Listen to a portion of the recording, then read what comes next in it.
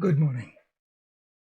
Today we are beginning the Parsha of Vayigash, Vayigash Yehuda.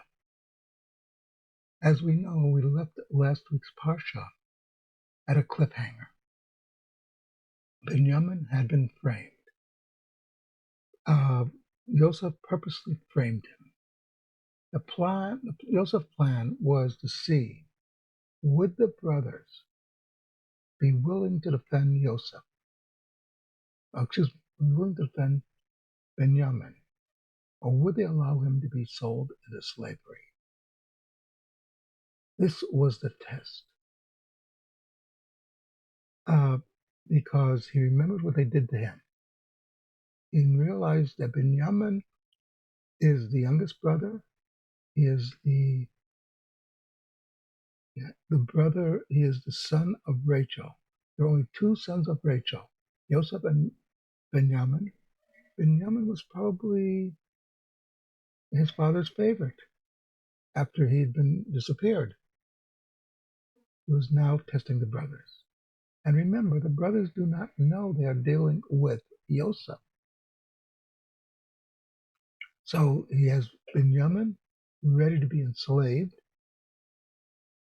Yehuda rushes in.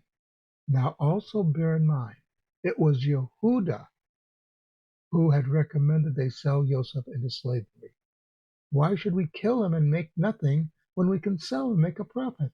That was Yehuda's stance.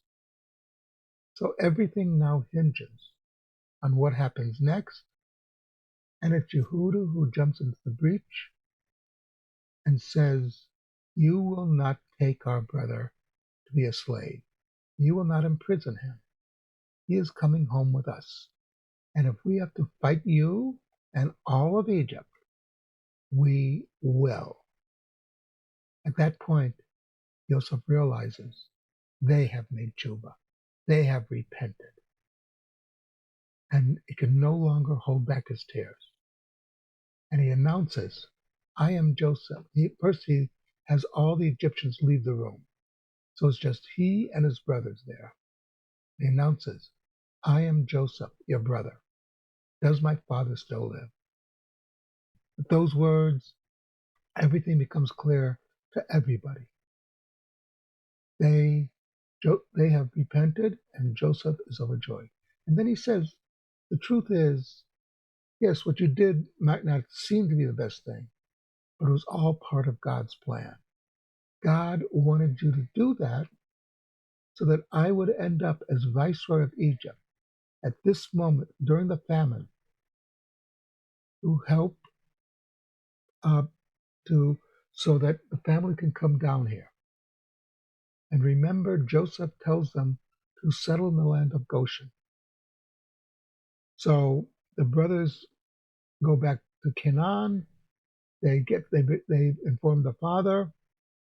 Yehuda is the first one back because now you have a dichotomy, something that happens in Jewish history. Joseph is the leader of the Jews outwardly, meaning to the nations.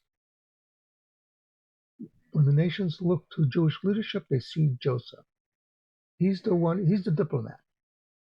He's the one who can deal with things. Yehuda is the real leader of the Jews. And what Yehuda does is he begins to lay the groundwork for the Jews living in Goshen. He is going to set up educational institutions so that the brothers can learn.